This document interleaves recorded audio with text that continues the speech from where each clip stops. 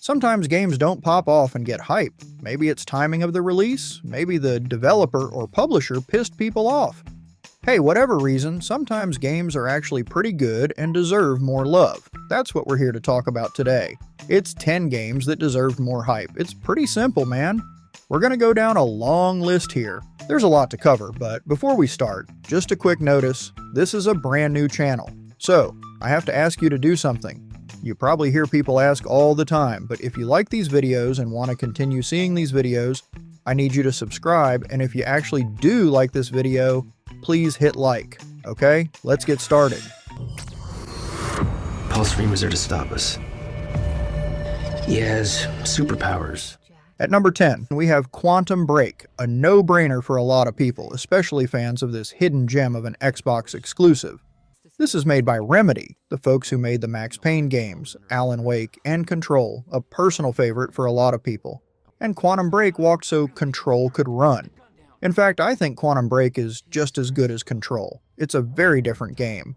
It was an interesting game because it mixed live-action, full-motion video cutscenes and gameplay, but that mix of weird, quirky, medium stuff is kind of a gaming tradition at this point.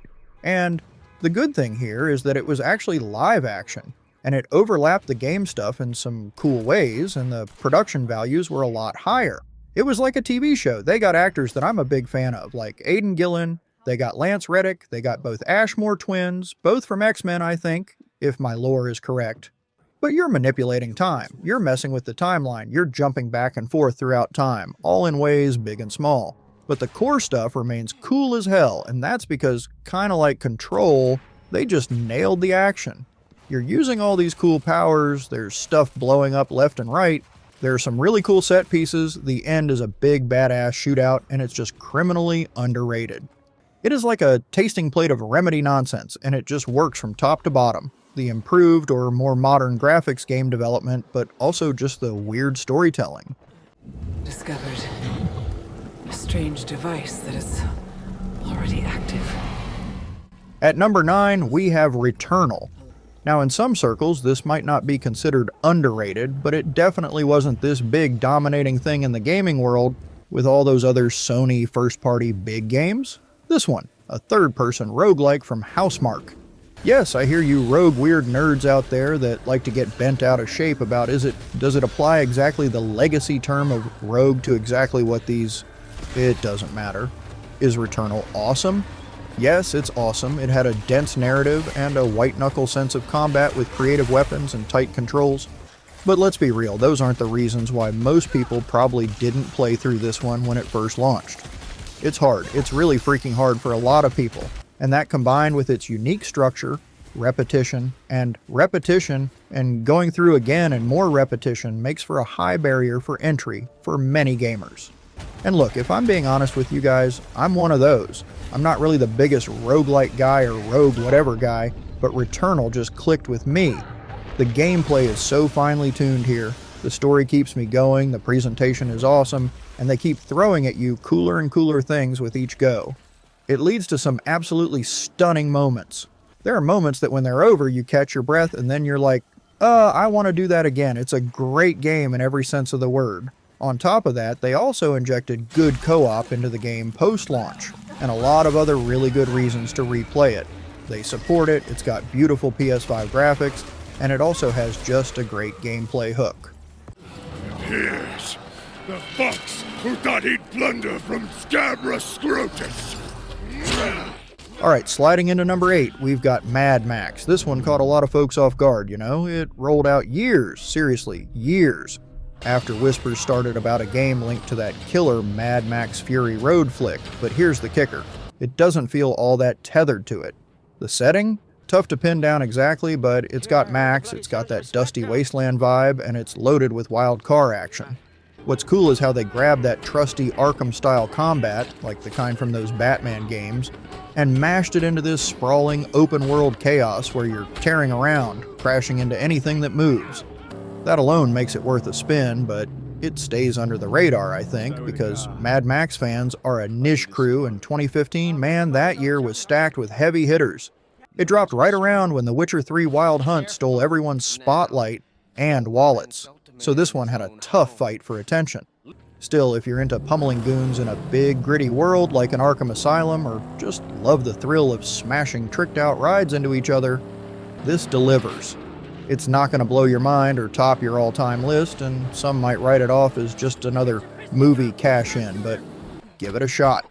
It's got a strange, rugged charm that's honestly a blast to dive into.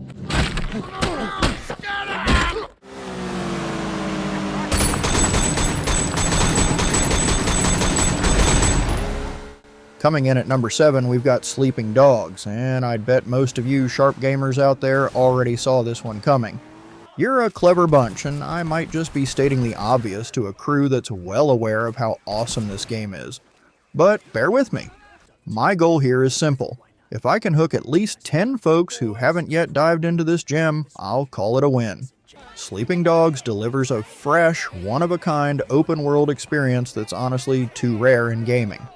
Think of it like Grand Theft Auto, but with a twist. Why aren't we jetting off to exotic spots and crafting epic crime stories infused with martial arts flair, all set against the vibrant backdrop of Hong Kong?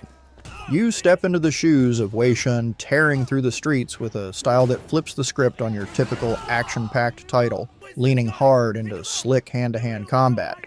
The fighting pulls inspiration from brawlers like the Batman Arkham series, but it dials the intensity way up, letting you slam foes into walls, toss them through glass, and master slick kung fu moves that keep the chaos flowing. It's a game that's tough to fault, dripping with cool vibes, packed with memorable characters and missions, and hitting that sweet spot in length to feel perfectly complete. No odd drawbacks or fine print here, it's just a stellar package you need to experience for yourself.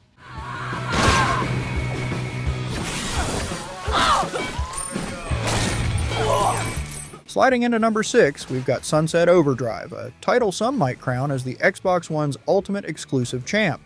While many Microsoft games from the console's early days and beyond eventually hopped over to other platforms, this one held its ground, sort of.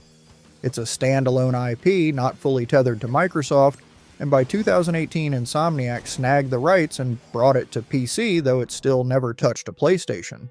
With Insomniac now cozying up to Sony, it feels like Sunset Overdrive retains that exclusive vibe, and we're not holding our breath for a Sony side switch anytime soon, though a sequel under their wing would be a dream worth dreaming.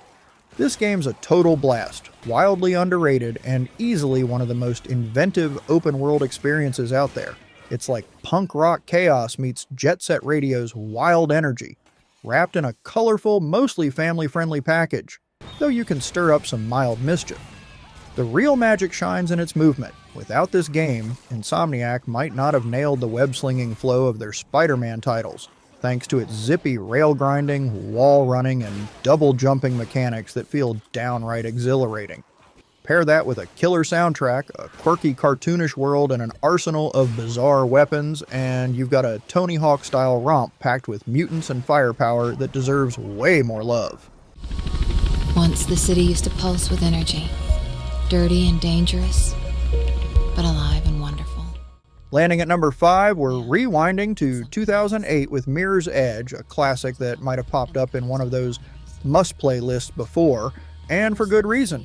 With so many new titles, sequels, and whatever else flooding the scene, slotting this in was tricky, but it's a standout. A concise indie meets AAA first-person parkour gem. You play as Faith, a slick, cyberpunk-style messenger sticking it to the corporate machine, though the real draw is the movement, running, leaping, and bounding through a world that pulls you right into her shoes. The first-person perspective nails every hand grab and footfall, making it feel visceral and alive, especially back in the experimental days of HD gaming when this kind of thing was a bold twist on the usual military shooters. It's got a futuristic sheen, stunning visuals, and a cinematic vibe that's just plain fun, even if calling it underrated feels off since it's practically a Hall of Famer by now. But times shift, and it's still worth the shout-out. There was a sequel, Mirror's Edge Catalyst, a sort of reboot that didn't quite hit the mark, but the original holds up strong and is ready for you to jump into today. Give it a whirl if you haven't lately. It's a short, sweet ride that still packs a punch.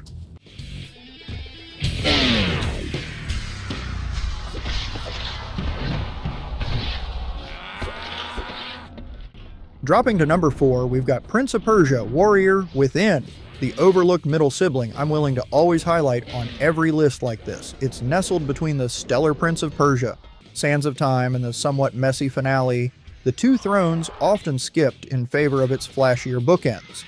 This chapter switches gears hard. It's darker, grittier, and screams early 2000s with an edge that's less polished and more in your face, which, for me, amps up the fun factor. Picture the prince rocking a single-sleeve Under Armour vibe, dual-wielding swords, slicing through foes on a crumbling island while the Dahaka, a relentless time-chasing monster, hounds him as he wrestles with bending time to rewrite his fate. It's a chaotic mix of lava-drenched landscapes, scantily clad warriors with sharp blades, and wartime vibes, all backed by a pounding heavy metal soundtrack. One standout moment, a rewind time puzzle tied to an epic drawn-out clash with a hulking titan-like sub-boss, still ranks among my all-time favorite gameplay beats. Sure, it's got that dated, try-hard cringe of its era, but that's part of its charm, making it a wild, memorable ride. If you've dabbled in the Prince of Persia series but sidestepped this one because of its shift in tone, trust me, don't pass it by, it's still a blast worth experiencing.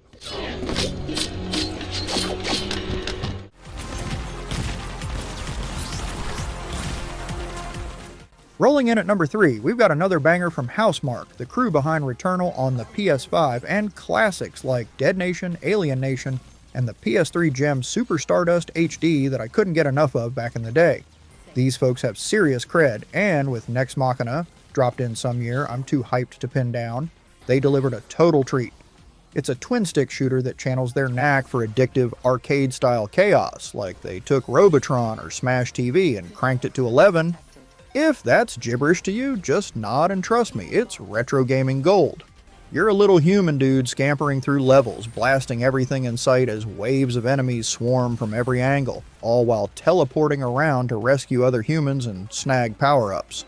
It's a frantic dance of survival, dash moves to dodge, special tricks like sword slashes and charged shots to fight back, keeping you on your toes as you weave through the madness. Picture me flailing my arms like a lunatic trying to explain it. That's how pumped this game gets me. It's pure, unfiltered fun. There's a light touch of story, but the real payoff is a wild endgame boss fight that blends bullet hell insanity with twin-stick precision, making it a standout moment. This one's just a flat-out awesome time, plain and simple. Maximum weapon power. Pilot Cooper, Anderson is dead, but we can complete his mission if we can re-establish contact with the fleet. Charging in at number 2, we've got Titanfall 2, a game folks keep calling underrated so much, it might just shed that label and settle into obviously great territory, but not yet, because I still meet people who haven't played it or don't get the hype, so here we are. This gem from Respawn Entertainment builds on the original Titanfall, which was a slick proof of concept. Speedy pilots zipping around a battlefield, then hopping into massive mechs to wreak havoc. The first game nailed multiplayer with that mix of on-foot agility and hulking mech action, but the sequel, it cranks everything up, keeping the stellar multiplayer while tossing in a single-player campaign that's bursting with creativity and unforgettable moments. From the second you dive in, it grabs you. Crisp shooting, seamless switches between darting around as a pilot and stomping through in a customizable Titan, each with its own wild abilities. The campaign doesn't just coast, it hurls curveballs at you, weaving gameplay twists that most shooters this past decade couldn't dream of touching. There's this one level, maybe 40 minutes long, that flips the whole experience on its head in a way I never saw coming. And it's hands down one of the coolest things I've ever played in an FPS. It's fast, fresh, and sticks with you long after the credits roll. Take him out! Everyone move!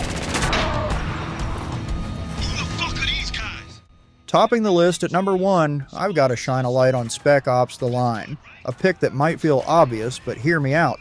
If you can, hunt down a PS3 or Xbox 360 and snag a cheap copy, because sadly, it's vanished from digital stores, which is a travesty worth rioting over. On the surface, it looks like your standard military shooter, and it kicks off that way. But don't be fooled, it spirals into something shockingly dark and twisted fast. Back when it dropped, the deep thinkers in media circles buzzed about its heavy themes and gut-punching narrative, though it flew under the radar for most folks. You'll find plenty of YouTube retrospectives singing its praises, and I'm here to crank that megaphone louder because the way this game flips the script is downright unforgettable. It's haunted me for years. Mechanically, it's a decent, middle-of-the-road shooter, but the story? That slow burn into a jaw-dropping finale is what sticks with you, and I won't spoil a thing. It's not just worth playing, it's worth seeing through to the end for its raw, one-of-a-kind brilliance. If dusting off an old console isn't your vibe, at least catch the ending on YouTube. Do something, because this is a stark reminder of how wildly original a game can be. And that's all for today. Leave us a comment, let us know what you think, and if you like this video, leave us a like, and if you're not subscribed, now's a great time to do so. As always, thanks for watching, and see you in the next one.